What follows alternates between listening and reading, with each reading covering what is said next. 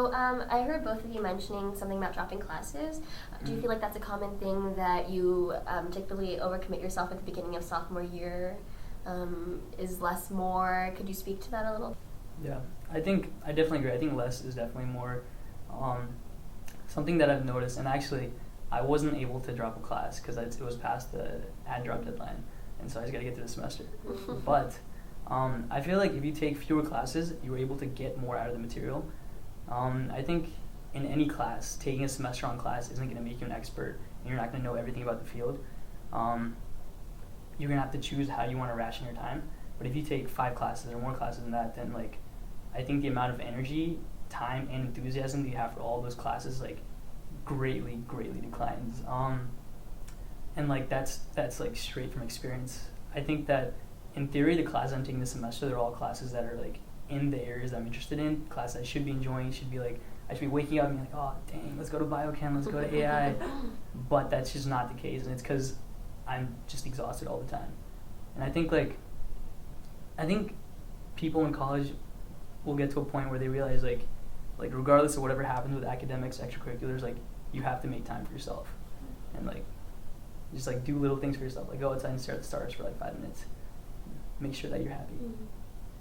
Okay. So you talked a little bit about the sciences. Mm-hmm. Do you think that during sophomore year, humanities majors and science majors, or might be differently affected by the sophomore slump? If there's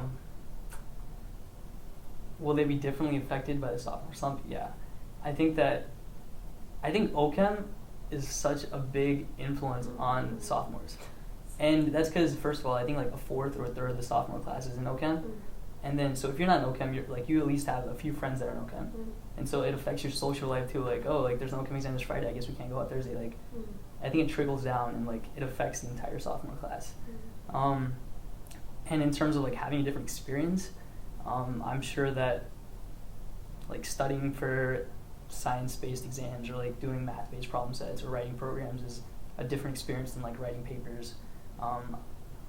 I don't think that you can necessarily translate that into like difficulty, but I think the experience is very different doing both of those.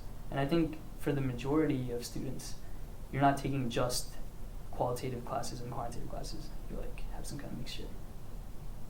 Yeah, I guess that's true, because for me, I'm like a social science major, so I'm majoring in econ and probably like doubling in politics, and I'm never taking any science like classes. I have yet to like fulfill my requirement for my general education requirement, but like I always wanted to like take some science classes, and my friends are like, oh yeah, go take a lab, it builds character. And I'm never like, okay, it's like I probably would never take it.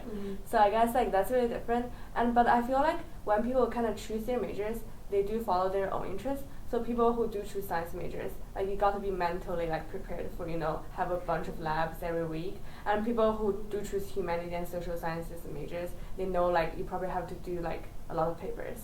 So that's something like you kind of already are prepared. Although I guess as sophomores, because it's just suddenly so much more than freshman year for some people, then like sometimes we could be like overwhelmed, sort of.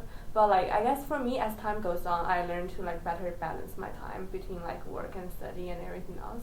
So that's been like better. As long as I guess time management is really big thing here. So like you need to learn to how to manage your time really well and still give yourself the time, and also just like balance everything you do so you can achieve the best result. Yeah, I think definitely like if you feel overwhelmed, like go talk to someone, like talk to friends, like make friends and talk to them. Don't just keep it in.